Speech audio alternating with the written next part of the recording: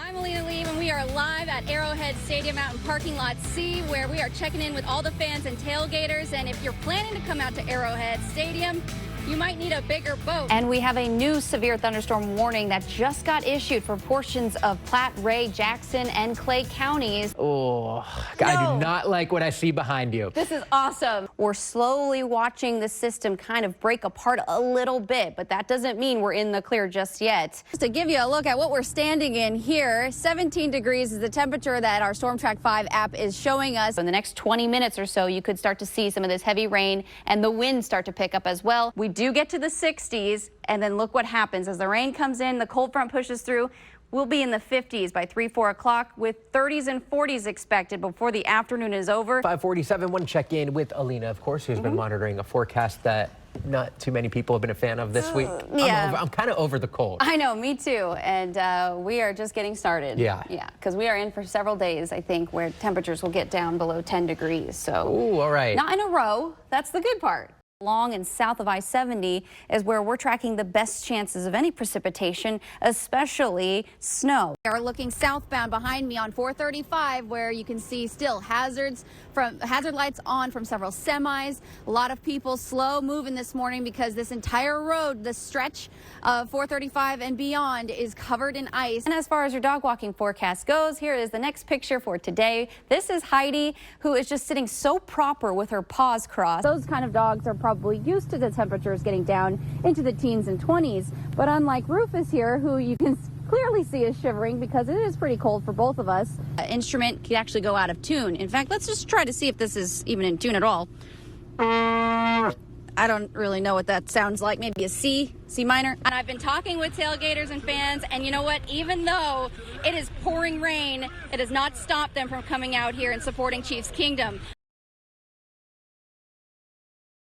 We are expecting another round of showers and storms. I know there were some earlier this morning on the southeastern edge of our viewing area. Now expecting to see some possibly hit the metro later on this evening. Our KB Complete City Cam showing you downtown Kansas City. Obviously looks pretty bright from some peaks of sunshine coming through the cloud cover, but it is mostly cloudy at KCI. Still managed to get to 72 degrees there, 70 downtown. 72 in Olathe, mid-60s in Sedalia, where the cloud cover's been pretty thick all morning long from those earlier storms. So that's why your temperatures are a little bit cooler in the mid-60s there. 76 in Lawrence. And over the next several hours, I think the temperatures will be staying steady in the 60s. I don't think we'll cool too much tonight. It's not until tomorrow, late in the afternoon, evening hours, we're expecting that sudden drop in the temperatures. If you look at the icons here showing thunderstorms, and I think that'll happen shortly after 7, maybe closer to 8 o'clock. Live power Doppler, pretty quiet, but the gravity waves I mentioned earlier, even seeing that showing up on our radar here.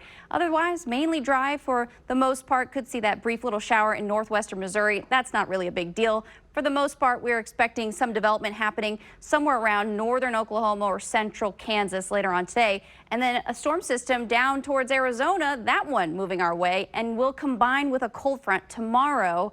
That's what we're expecting, those better chances for showers and thunderstorms. So Storm Track 5 forecast track starting at 5, 6 and pushing along to 8. Again, that chance mainly towards the later evening hours, I should say 8, 9 o'clock. Expect to see some development.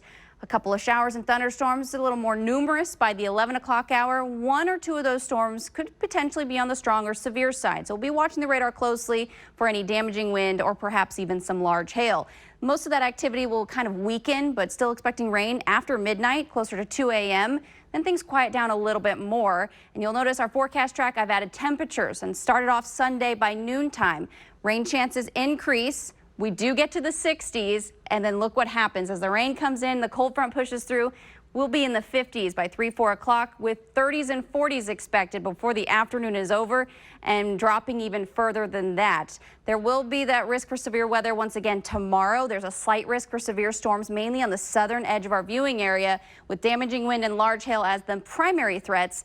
Tornado threat low but not zero. Now we do have an Easter egg hunt that's a little more virtual, and I won't go over every single egg. I do want you guys to stick around to the 6 o'clock hour so we can see what other eggs reveal. But this one showing you the 8 o'clock hour, so Sunday morning, 58 degrees with a slight chance of rain.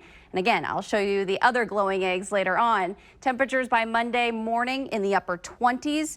It'll also be breezy, so the wind chills will be closer to the teens. Definitely going to be a shock to the system with this. Our Security Bank 7-day forecast, here it is, 46 Monday afternoon, 49 Tuesday. Gets a little more active late in the work week, but temperatures really not recovering a whole lot during Monday through Friday.